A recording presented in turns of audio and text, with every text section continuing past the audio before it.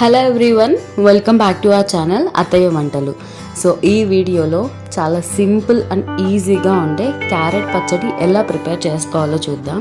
So ఈ పచ్చడి మనకి 4 days వరకు నిల్వ ఉంటుంది, అస్సలు పాడవదు.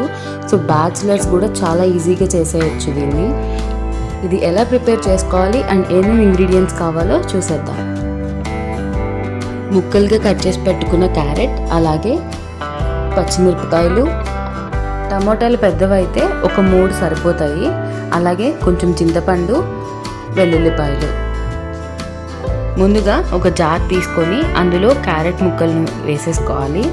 ఆ తర్వాత కారానికి తగ్గట్లు పచ్చిమిరపకాయలు కూడా వేసేసుకోవాలి. నిమ్మకాయ సైజ్ అంతా చింతపండు, టమాటాలు కూడా ముక్కలుగా కట్ చేసుకొని యాడ్ చేసుకోవాలి. సో ఇవన్నీ మనం ఏమి కుక్ చేసుకొని అవసరం లేదు. ఇప్పుడైతే అన్నీ పచ్చివే వేసేసుకొని మనం బ్లెండ్ చేసేసుకోవాలి మిక్సీలో.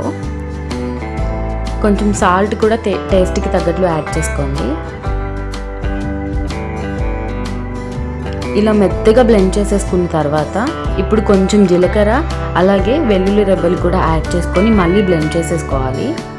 ఇప్పుడు స్టవ్ మీద ప్యాన్ పెట్టుకొని అందులో ఒక 2 tablespoons వరకు ఆయిల్ అయితే యాడ్ చేసుకోండి. ఆయిల్ వేడెక్కిన తర్వాత తాలింపు గింజలు, అలాగే వెల్లుల్లి రెబ్బలు కూడా యాడ్ చేసుకొని కొంచెం ఎండుమిరపకాయలు కూడా యాడ్ చేసుకోవాలి.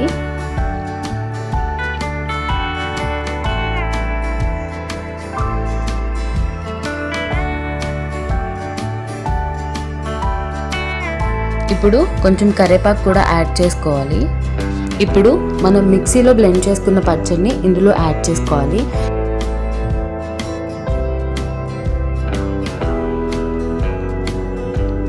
కొంచెం పసుపు కూడా యాడ్ చేసుకొని మొత్తం కలుపుకోవాలి. మనం అన్ని పచ్చివే యాడ్ చేసాం కాబట్టి కొంచెం ఆయిల్లో మగ్గనిచ్చాలన్నమాట.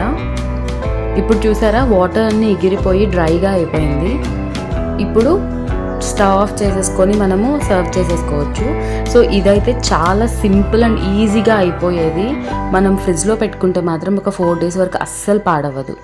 రెసిపీ నచ్చితే మాత్రం ఖచ్చితంగా లైక్, షేర్ అండ్ సబ్స్క్రైబ్ చేయండి.